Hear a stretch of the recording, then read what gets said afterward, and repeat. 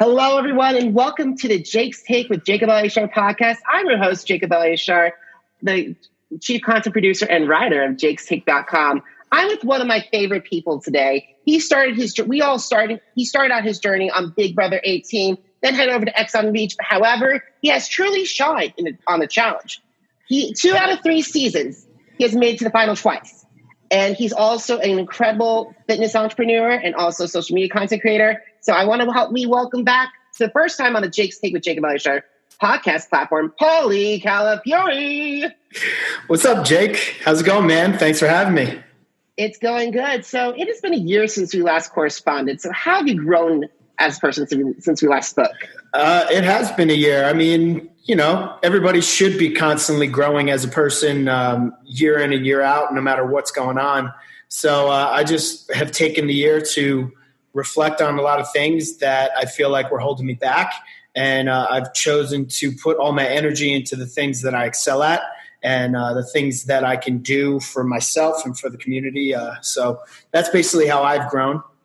I made a lot of mistakes in 2019, so I made sure that before 2020 started, I corrected all of those mistakes. And a lot of those character growth things that I needed to truly work on, that's what I've been focusing on.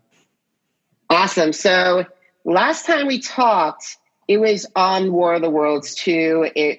You made it to you and Cara and your team made it all the way to the finale. And however, you received a lot of heat from the fan base and also several members of the cast as well regarding how you and your alliance played a numbers game. So when did you originally come up with that strategy, and were you satisfied that led you and your team to the final? I mean, every season's different, and you have to figure out what the format is, and then you have to master it as fast as possible. So, I mean, every season of the challenge is a numbers game. I mean, even if you're watching the current season that's on now, it's been a numbers game the entire time. The only difference is everybody has to go into an elimination and win in order to make a final. And if you look at the alliance that was assembled, I mean, Kam and I started talking about it very early on because we saw the way that the cards were dealt. We saw how everything was shaping up, and we didn't have the numbers, which means that we all would have just been going into eliminations against each other. And that, whenever you go into an elimination, if you have a chance to avoid going into an elimination against your friend, that's how you want to play the game. If you can go into an elimination against your enemy, great. So working the numbers wasn't really so much about keeping everybody safe from eliminations. It was just making sure that if we had to go into an elimination by any means necessary, we could just match up somebody that wasn't in our alliance against them. I mean, if you look at everybody that was in my alliance that was formed, all of us have proven ourselves in eliminations before, and we have all won, and we had all won multiple eliminations. So I think a lot of the castmates and use that whole numbers game as a narrative that they wanted to push because, they really never had to go against us. And if they did, they most likely would have lost. I mean, we're not pushovers in eliminations. And every time a person from our alliance went into an elimination, we won. Joss won, Ninja won. Those were big turning points in the momentum of the game. And, other people making poor decisions played into us being able to navigate a way that allowed us to go. Even Ashley at the end won her elimination. So when you look at our alliance, everybody from our alliance won an elimination. Did we go into multiple? No. So, when you look at the other side, there was only really 3 people that went into multiple eliminations and won, and that was Theo, Jordan, and Tori. All right, so speaking of Jordan and Tori, when a Challenge Troll Madness aired a Q&A video about the people that were not competing this season, your name and Cara's name came up the most time. In fact, a majority of them, Johnny, Bananas, Jenna, Jordan, Kyle, Nany, and Tori, said a lot of derogatory remarks about both of you. Have you and Cara Maria decided to clap back at them, or why or why not? I mean, look, if Cara and I decided to open our mouths every time somebody says a negative thing about us, I mean, we'd be focusing more time on doing that and the comebacks to that than we'd focus on training and doing what we're doing in our lives. I mean, the fact that we're on a lot of people's minds, and a lot of people worked really hard to make sure that we weren't on this season, just goes to show you how much we actually live in their minds and how much they actually fear us and how much they want to push the narrative in order to try and keep us off. Because at the end of the day, when we roll back, if we roll back, if we're blessed to come back and have the opportunity to do it, people are going to have to face us. And these are the same people for 3 seasons in a row who have been saying that they're going to get us out. And 3 seasons in a row, nobody's been able to get us out. So, it's either put up or shut up whenever you go into the challenge world. And it's very easy for people to talk smack when you're not there. I respect the people who can still talk smack when you are there, because let's just face it, it's a very hard task to eliminate Cara and myself from a game. So we're not going to sit here and focus on the things that people say about us, because ultimately we're living in their heads. They're not living in our heads. We just carry on going about our lives, and we keep training and we keep doing what we got to do to be successful outside of the show, so that when we do come back, we're literally just playing for fun and we just play to compete. And that's how we approach every season. All righty. And I'm going to be honest with you. I missed you guys. I really missed you guys there. There are some people, I don't want to say names, that I wish were not there and you guys are there. But at the same time, I'm happy that you guys are doing great. You guys are killing on Instagram. But however, while we're on the subject of Total Madness, there's a major storyline that was centered on the season was Wes and Johnny Bananas' unholy alliance. While lasted almost halfway through the season, it ended with not only Wes leaving, but the revelation that the two of them are friends and could be working together in the future. As someone that's a key Wes ally in the game and a key Johnny Bananas rival in the game, how will this friendship affect your strategy if you guys are lucky and blessed to compete on future seasons? Honestly, it really doesn't change my style or my format. I go into every season with a blank slate, and my main focus is making the end and winning. So I don't care who works with who. I play the game, whatever is going to benefit me the best to make it to the end. So, whether Wes and Bananas are working together or not, that really doesn't affect my game. Even if I'm a key ally of Wes's and a key rival of Johnny's, then that is a conversation that they need to have as to whether or not it would be wise to take a shot at me. Because if I'm not focusing on you and I'm just playing my game and then you take a shot at me, that's when I start to focus on you. I never really came after Johnny in 3 seasons. He likes to cry about that and make that his narrative of like, oh, somebody's coming after me. But realistically, I just went against him in an elimination on my first season and beat him. Second season, Wes took a shot at him and sent him home early. Third season, I had no problem with Johnny until he threw a challenge, sent Wes home, threw a challenge, and then was trying to coordinate the house to throw Cara in against Ninja. Once I saw that, I kind of knew where the game was going. So you don't sit there and wait for it to be your turn. You take the shots early. So he can cry and complain all he wants about, people come after me, but he does it to himself, and I go into every season brand new. So even if I am on another season and he's there, my main goal isn't to get him out. My main goal is to make it to a final and win. And I'm not even thinking about Johnny Bananas. If Johnny Bananas wants to take a shot at me, then I'm going to respond in whatever fashion I, make. If you're going to take a shot at me, you better make sure you get me out. Because if you don't get me out and all of a sudden I may not be looking at you as somebody that I want to target, now I'm going to look at you as somebody that I want to target, and if I have the chance, I'm going to eliminate that option. That's just the way the game is. So people can't complain whether stuff happens. If I go in and Wes and Johnny want to come after me, that's just the cards I'm dealt. I got to figure out how to get around it. And they do make a powerful alliance. When you look at this season, everybody's following them and everybody was following them. Nobody's playing their own game.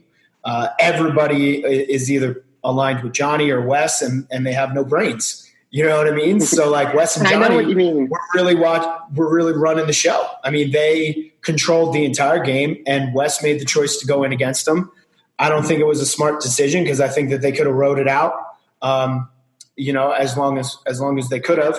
But I understand from Wes's perspective why kind of took the shot and tried to get his skull. But, ultimately Johnny's in a really good position right now because anybody who was working with Wes is not going after Johnny, and anybody that was working with Johnny is not going after Johnny. So it's almost like everybody is not paying attention to one of the most dangerous players in the game. You know what I mean? He's been able to kind of fly under the radar, which once again shows you how skilled he is. Absolutely. And so basically the challenge is getting ready to enter its 25th anniversary year on MTV. So I have a little surprise for you. Okay. So I have came up with the ultimate cast for Challenges 40, the ultimate anniversary season, like a legacy legends war. And I would love for your thoughts for on these 40. First, I have to say, I have to put you and Cara together. Okay. So as a pair, like as a team? We're all, who knows where this thing happens. Okay. We'll see what happens. But however, I chose 38 others. Some of you are familiar with, some of you haven't played against, and some of them have been legends in the game that could be coming back for maybe a $6 million game. Who knows if there's a legend game. But however, let's start off with, I'm going to go over the individuals. I would love your immediate thought on them. Okay. I'm going to start with this OG, Abram Boyes. If he's still in the kind of shape that he was in when he was doing these, he would be a force to be reckoned with. It would be very interesting to have him come back. I would really enjoy going against him, just because I feel like he's a good competitor and he does have kind of like an animalistic mindset. And I like people like that as competitors. I don't know how that whole triangle would play out. But there would definitely be something between the two of us for sure. All righty. Someone who's been very polarizing, but however, at the same time, brings the drama, Amanda Garcia. Yeah, I mean, she definitely is able to, I think part of her social game is creating that drama. And when she wants to, she can compete. It's just, I feel like she would do better if she just stayed under the radar because then she would let her competition speak for herself. But when it comes to all the drama she causes, it's kind of hard to stay under the radar, which is why she gets targeted early and then, usually goes home. All righty. Anissa. Anissa kind of like just plays the game where she floats to power. She plays both sides. So whenever I enter a game, I always look at the players who play both sides. So if you stick to one crew and another person sticks to another crew, it's very easy to kind of see what you're doing. But the people who play both sides are some of the most dangerous players. So that's people who play both sides are people who I try and eliminate almost immediately. All righty. Ashley Mitchell. I love Ashley. I mean, she's probably one of the smarter strategic players that plays the game, and I don't think her political game gets a lot of credit. But it really should because she is very good at manipulating people, and she's very friendly, so she's very likable. And she knows the game inside and out. So definitely a dangerous player. All righty. Bailey Dayton just made her season debut, and she has proved to be a force to be reckoned with. Yeah, I mean, I was very much looking forward to being able to play with some of the Big Brother rookies, so I would really hope that I do get the chance to play with someone like Bailey in the future. I think she's a beast. I think she takes no shit, and that's what I love people like that because that's how I came onto the scene. So if there's other people just like that, then I welcome them with open arms. All righty. So we have another OG, Brad. I think Brad should get another shot. I mean, I personally feel like a lot of the OGs are, outdated. Personally, I kind of feel like a lot of the OGs that continue to get recycled, they're comfortable. So they don't really play the game as hard as they once did. And I think that there's some OGs that have been chomping at the bit to get on. And I think Brad is one of those people. 100%. All right.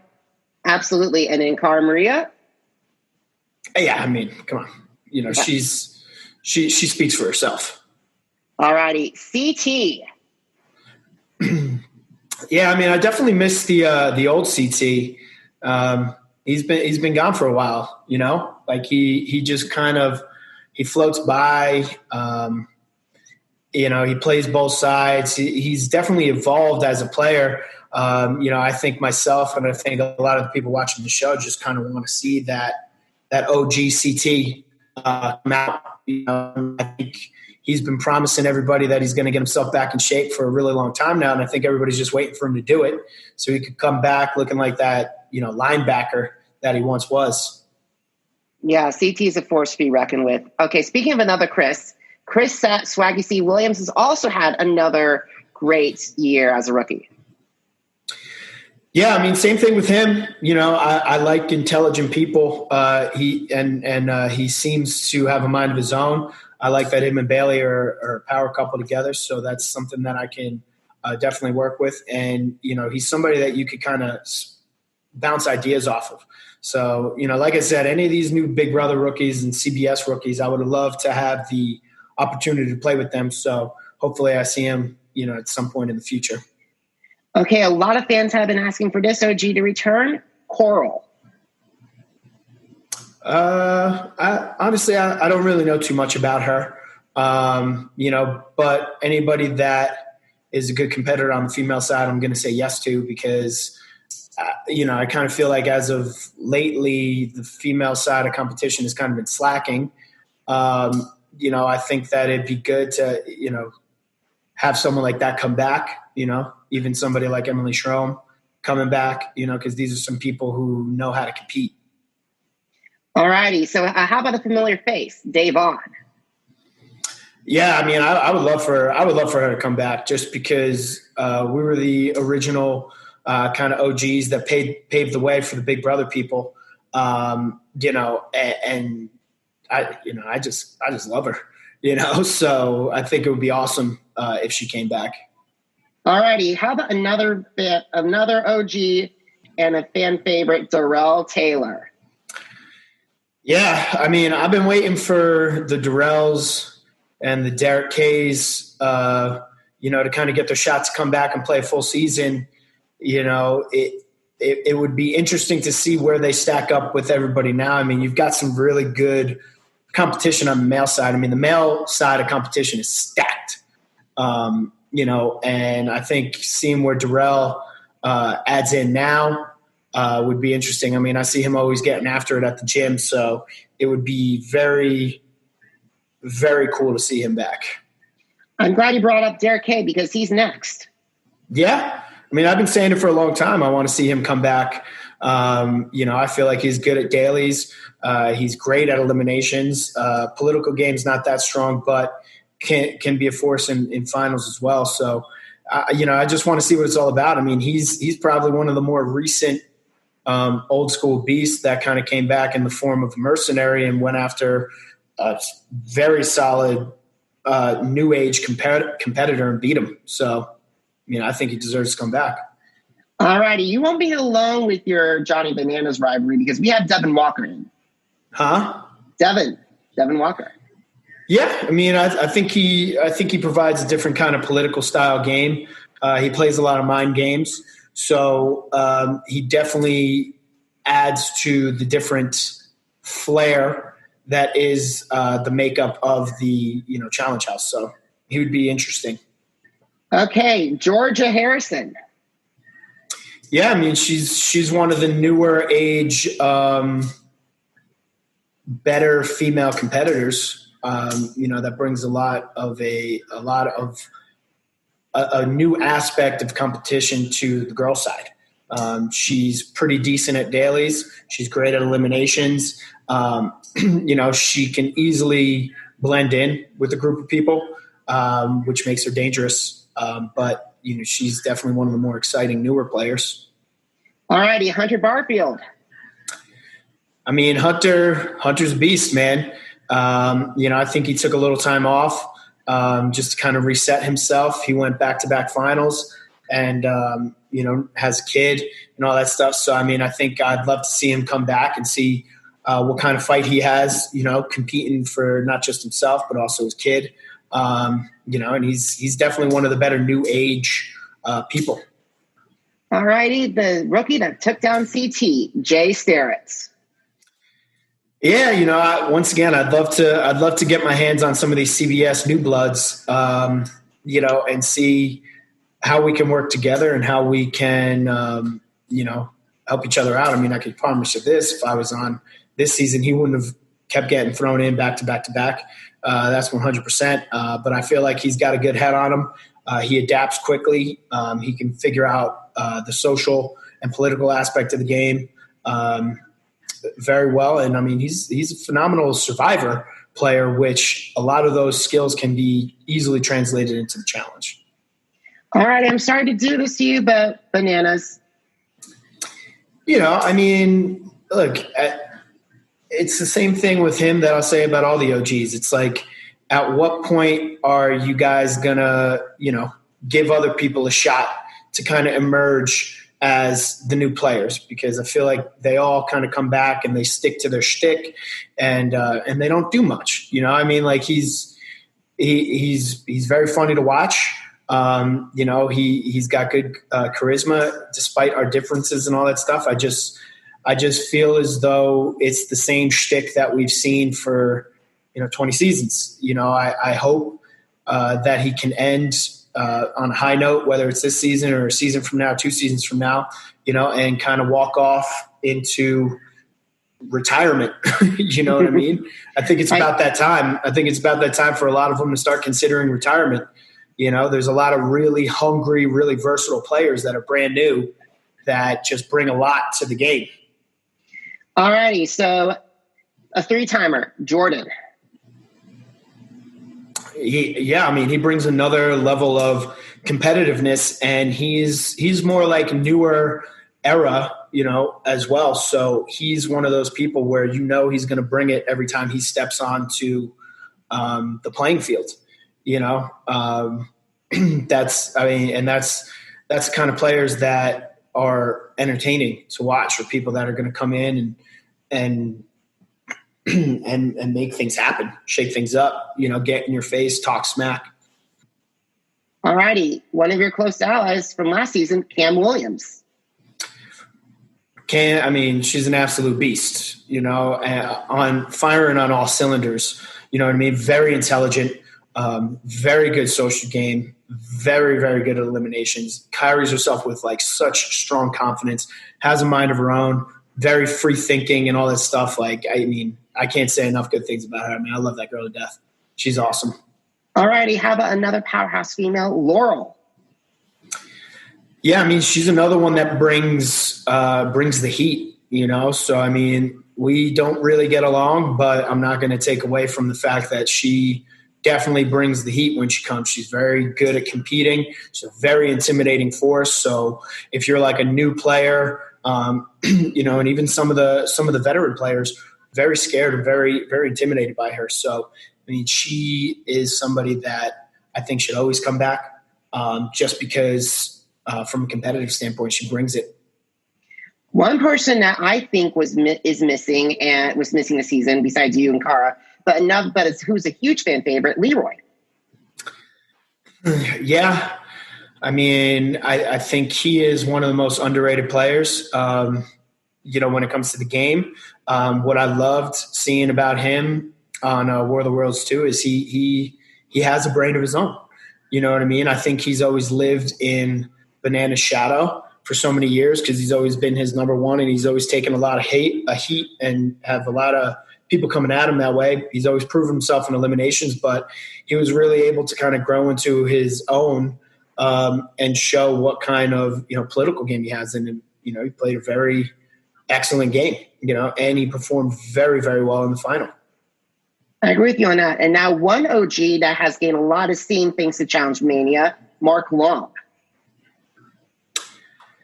Yeah, like I said, it'd be very interesting to see how some of these people stack up. I love Mark. He's a great guy, entertaining as all hell. And I think he's still got it. He keeps himself in very good shape, so he's not like one of these OGs that just kind of lets himself go and then, wants to come on. I think he's ready. I think he would get along with a lot of people.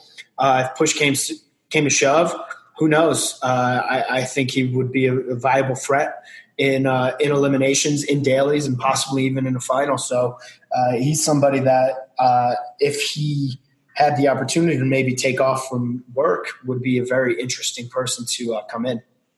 All righty, Nany.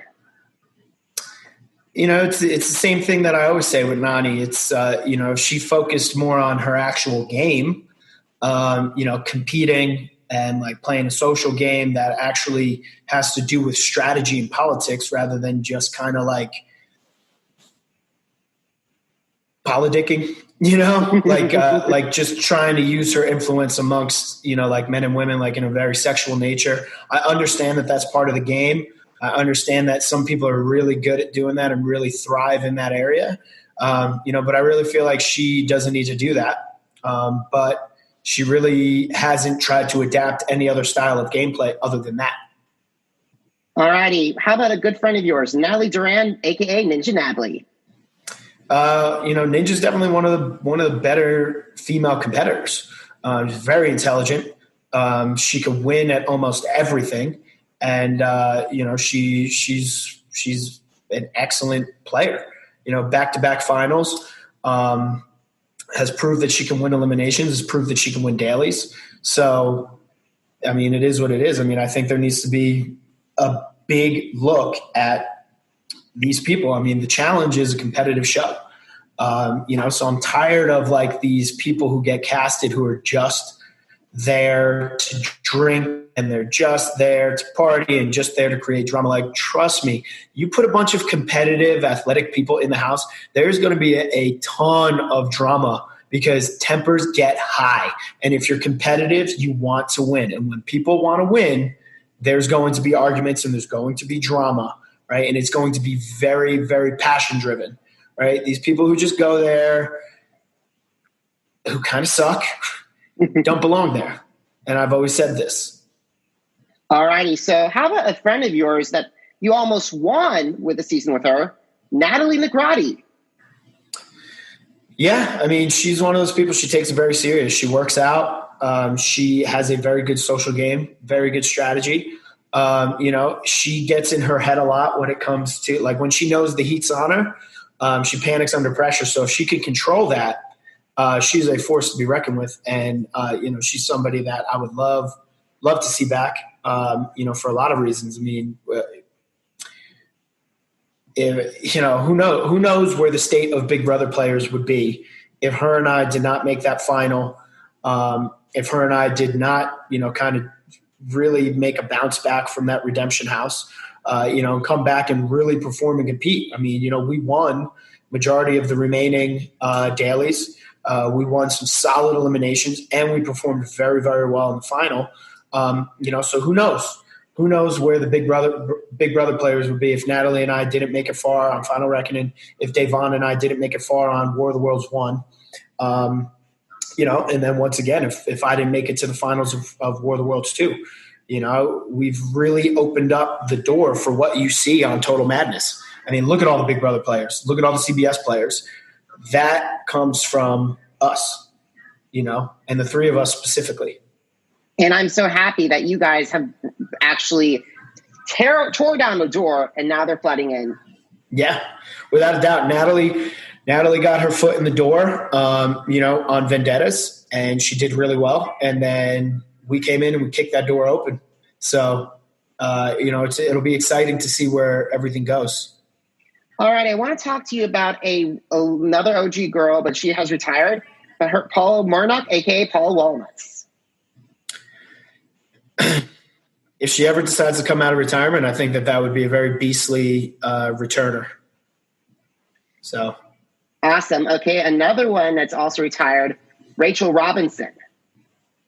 I don't know too much about her, so I don't recall her too much. All righty. I think you would have a great partner in Sarah Rice if you guys choose to backdoor bananas. Well, I think he would know that was coming. So who knows? Sarah's a very shifty player, so you never know whether you could actually trust her or not. I mean, her and Johnny were rivals for a reason, and that kind of came from her doing the backstabbing. So you never know what you're going to get with her. All righty. Speaking of someone that is shifty, but maybe a little bit shady Shane Landrum, another OG. Yeah, I mean, he's played for so many seasons. I mean, he knows the game inside and out, and I think you really saw what he was capable of doing on Final Reckoning. And that is always a player that I think should be there, should be there just kind of stirring up stuff, playing some politics, playing some strategy, and he's a pretty good competitor as well. All righty. How about Stephen Bear? He has proved to be a chaotic force in the past couple seasons. But I think he could be someone that would be really good with this cast. I mean, I think he's just there for the theatrics. I don't really think he's proven himself as a competitor. He focuses too much on the theatrics. If he focused more on the competition aspect, I do think he could be very good and very dangerous, because he has abilities to be a very good competitor. But I think he gets very distracted with the reality TV side of things. All righty. Someone that's fans have been screaming for him to come back after his injury, Theo. He's a beast. I love playing against people like him because he is actually a former athlete like myself. So, I think that's what the challenge should be all about, is bringing in just these powerhouse people on the male and female side and just letting everybody battle it out. Okay, another fan favorite that the fans have been screaming for, Tony Reyes, a.k.a. Tony Time. It'd be interesting to see Tony now because he's gotten into really good shape. And it'd be interesting to see what he would be like coming in and playing his own game, and not being attached to anybody that he's been attached to in the past. I like a lot of these OG people, but once again, a lot of these OG people they've made a name for themselves in certain ways, but they never really made a name for themselves as having their own brain. They're always playing somebody else's game, and that's how they've emerged as characters. All righty, let's talk about Tori Deal. She brings a lot on the female side, so she's versatile, and I think that she is still new in her career, and I think that she could definitely grow, into something that would be very scary. Speaking of scary, how about having an ex for Brad, Tori Hall? I mean, I don't know. I mean, maybe back in the day she was good, but I don't know if she would. I don't know if she'd be able to hang as much nowadays. All righty. So Big T. She's very funny. I love Big T. She's hilarious. I think it would be able to play a very good social game because she is friendly with everybody and she's very smart and very wise to the game. It was unfortunate to see her get an injury and go home this past season. I would have really liked to see where she would have ended up because she was doing really well, night and day. Absolutely. Turbo. You got to bring him back. He's an absolute animal. Playing on War of the Worlds 2, it's not really his style. It's not really his format, because he's not a political player. But War of the Worlds 1, Total Madness, like these kind of formats are made for someone like him, and it's only a matter of time before he's going to have to go into an elimination to get somebody. And I have personally wrestled this guy, and I'm a very good wrestler. And this guy is better than me and is very, very skilled in a lot of things. So he needs to come back because he's an absolute animal. All righty. One of the last OG women, Veronica. Yeah, she don't have it anymore. She just don't. I think Final Reckoning proved that. And even before that, Vendetta's proved that. Anissa smoked her. So she just don't have it. She's just there for the paycheck and the wine. All righty. Last but certainly not least, Wes. I mean, he's still got it. He keeps it entertaining. He's got a different shtick every time he comes on. And he tries to – he plays the same game every time. But he's very good at dailies, and he protects himself very well. All righty, and that concludes that activity. So we're going to leave the challenge world. So recently you launched Paulie Talks on Instagram, which are Inspiral TED Talks. And I gotta say, guys, I heard those talks and I needed to hear those talks. So it helped raise a lot of our spirits. So could you describe the Paulie Talks origin story to my audience? I appreciate that, man. Yeah, no, I mean, I just wanted to kind of start putting positivity out there. I know everybody's been going through a rough time with everything that's going on.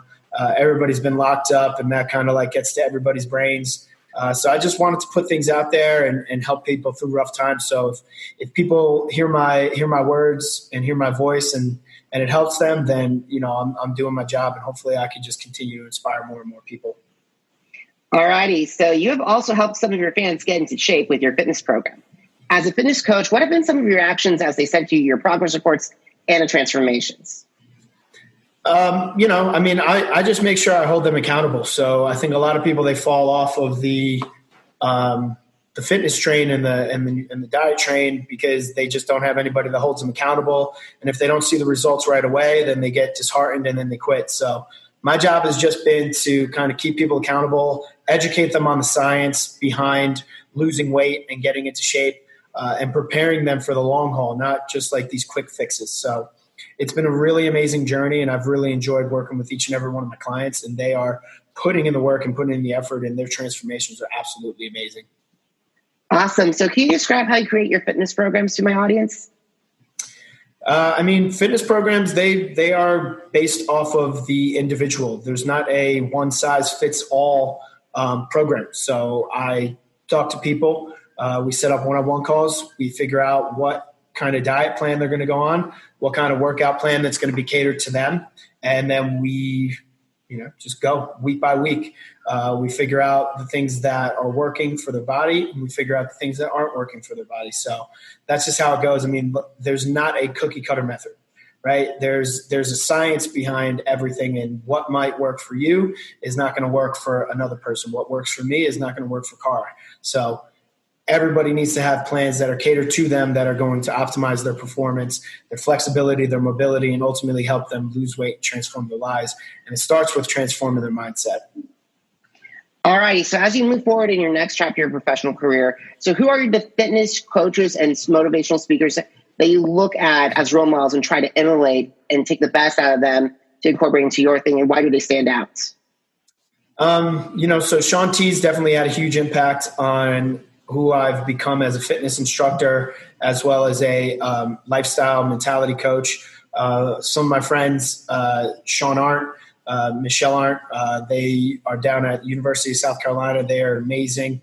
My good friend Tommy Kalita, back in Jersey, an amazing person that taught me a lot in the fitness world. And then Andy Frisella, the CEO of First Form, he really speaks to me when it comes to mindset, mentality training, and just doing the work. So those are some people that have definitely inspired me. I try to pull from all the best people in the field so that when I'm forming myself, I'm kind of emulating the best of the best. So even if I get somewhat close to them, I'm still going to be very, very well off. All righty. So what have been some of your favorite social media platforms to use, aka Facebook, TikTok, Instagram, and why do they stand out? You got to utilize every platform. If you can figure out TikTok, YouTube, Facebook, Instagram, Twitter, and you make it bring awareness to you and your brand, that's just the name of the game. It's extra marketing. So I leverage all of those things. All righty. So second to last question. If you had the opportunity to meet with fans who are having problems with their fitness journeys, what advice would you share with them? One of the things I say to everybody is it takes 21 days to form a good habit and get rid of a bad habit. So it starts with your mentality. If you make it past a week, that's cool. If you make it past 2 weeks, that's cool. But if you make it past 3 weeks, you're most likely going to stay on a pattern to success, whatever it is you've committed to at that point. So anybody who wants to start a fitness journey, it starts with the mindset first. It starts with the mentality. And that's what I teach everybody is it starts with the mentality first, and then it goes into everything else. All righty. So, Paulie, where can my audience find you on social media? So I'm Paulie Calafiore _ on everything. And then everybody can check out my website at awakethelion.com. And that's got all the information on everything else. All righty, guys. For more information about jakestake.com, head to jakes-take.com. Once again, jakes-take.com. To hear more episodes of the Jake's Take with Jacob Elyachar podcast, head to Apple Podcasts, head to Google Podcasts, head to Spotify, and head to Spreaker. Once again, it's the Jake's Take with Jacob Elyachar, JACOBELYACHAR podcast. And also, you can connect with me on Facebook, Instagram, Twitter, and YouTube. All Jacob Elyachar, JACOBELYACHAR. Paulie, was such great catching up with you, my friend. It was good catching up with you as well, Jake. I'm glad all is well. All right, peace.